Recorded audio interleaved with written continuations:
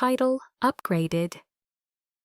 Original, college friends cut me out, so I let their startup collapse without me. Upgraded. They cut her out of the startup the night before funding. 2 months later, investors called her instead. Why this wins. Night before funding. The cruelty is maximally specific and visceral. Called her instead. Scroll reversal, so complete it demands an explanation. Zero filler.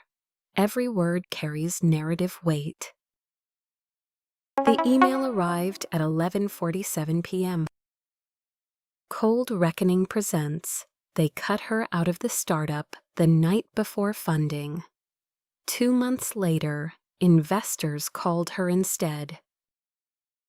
She was still at her desk when it came through.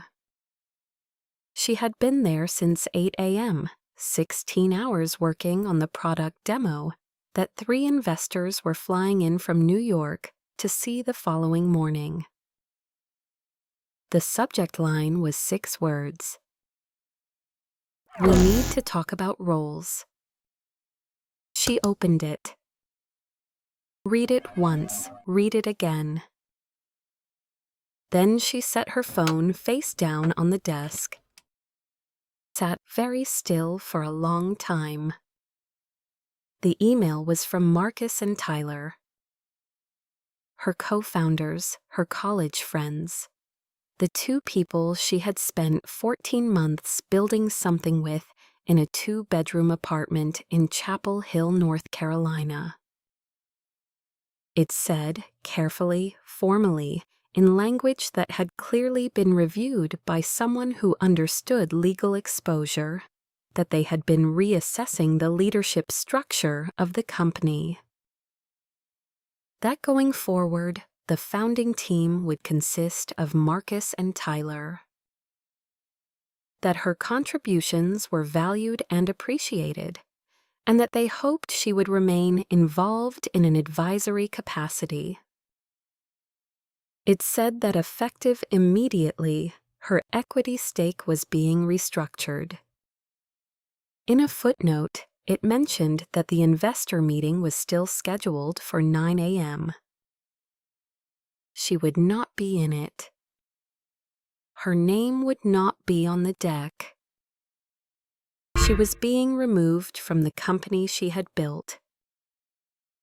The night before the meeting that would fund it. Subscribe to Cold Reckoning right now. Because what she did in the 12 hours that followed is the most precise, patient, devastating thing we have ever documented. Her name was Elena Vasquez. 26 years old, computer science degree from UNC Chapel Hill. The only person in that 2-bedroom apartment who actually knew how to build what they were trying to sell. Marcus had the idea. Tyler had the connections, the family in Charlotte, the network of people who knew people. Elena had built the product. Every line of code, every architecture decision, the machine learning model at the core of the platform, the thing that made it different from everything else in the market, was hers. Entirely, specifically, documentably hers. She had known for about 3 months that something was shifting. The small exclusions first, meetings she wasn't invited to, decisions that appeared fully formed without her input. The way Marcus had started explaining the technology to people in her presence, as if she weren't there, as if he had built it.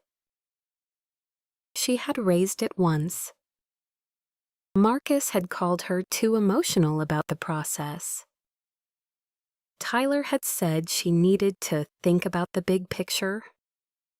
She had thought about the big picture. The big picture was that she had built the product that the entire company was built around, and her name was slowly being removed from the story of it. She had started documenting, quietly, for 3 months, every commit to the codebase, time-stamped, attributed, hers. Every architectural decision, documented in her private notes, dated. The original white paper she had written, the technical specifications, the model documentation. She had not known exactly when she would need it. She had known she would need it. The night the email arrived, she spent 45 minutes. Not crying, not calling anyone, organizing the documentation into a single folder, clean, complete, irrefutable. Then she opened a blank document, and she began writing. Have you ever had someone try to erase you from something you built? Drop it in the comments. We read every single one, and your story matters to this one. She wrote for 3 hours. Not an angry email, not a legal threat. A technical white paper.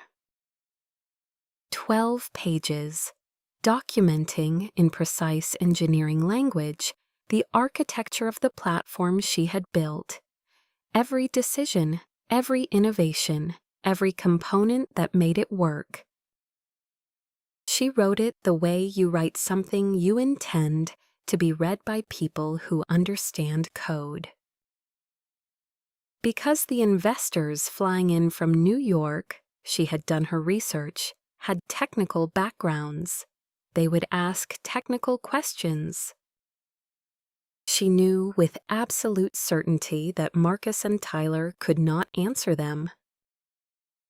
Not because they were unintelligent, because they had not built it. She had. At 3 a.m., she sent the white paper to her own email. Backed it up in 3 places. Then she closed her laptop. She did not go to the investor meeting. She did not send a message to Marcus or Tyler. She went to sleep. The investor meeting was at 9 a.m. She knew because it had been in the shared calendar she no longer had access to, but she had screenshotted it 3 weeks earlier when she had first started to understand what was coming. She spent the morning at a coffee shop on Franklin Street.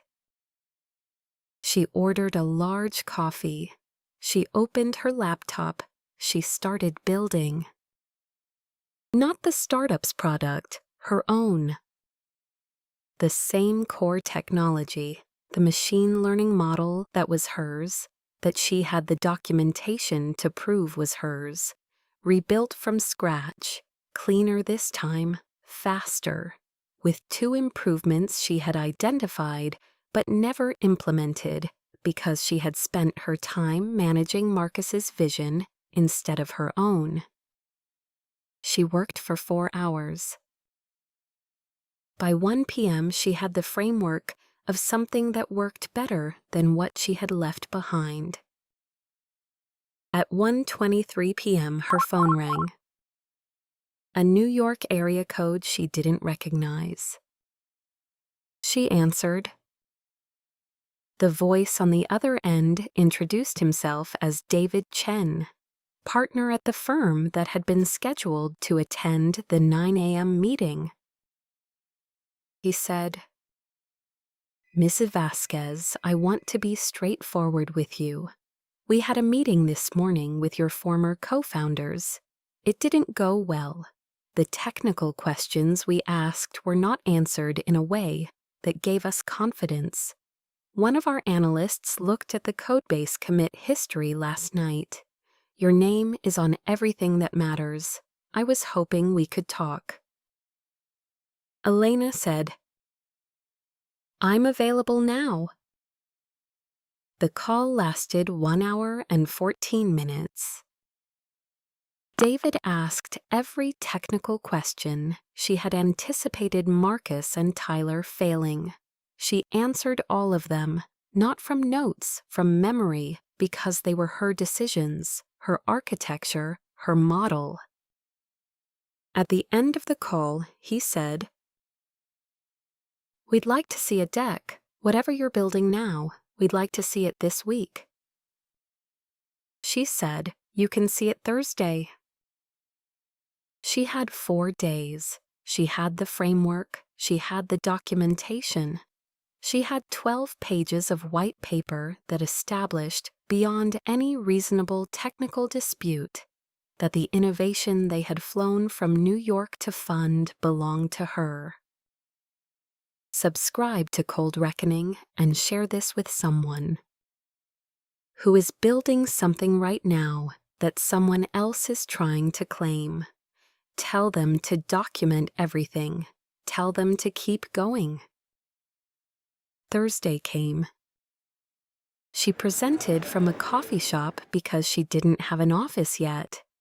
She had a clean deck, a working prototype, and the kind of answers to technical questions that only come from someone who has spent 14 months making decisions nobody else was in the room for. David Chen and 2 colleagues attended via video. The meeting lasted 2 hours and 40 minutes. At the end, David said, "We passed on this morning's meeting. We'd like to make you an offer instead." The term sheet arrived the following Tuesday. Seed funding, enough to build a real team, enough to move out of a coffee shop, enough to build the thing she had been building in that Chapel Hill apartment, properly this time, with her name on it.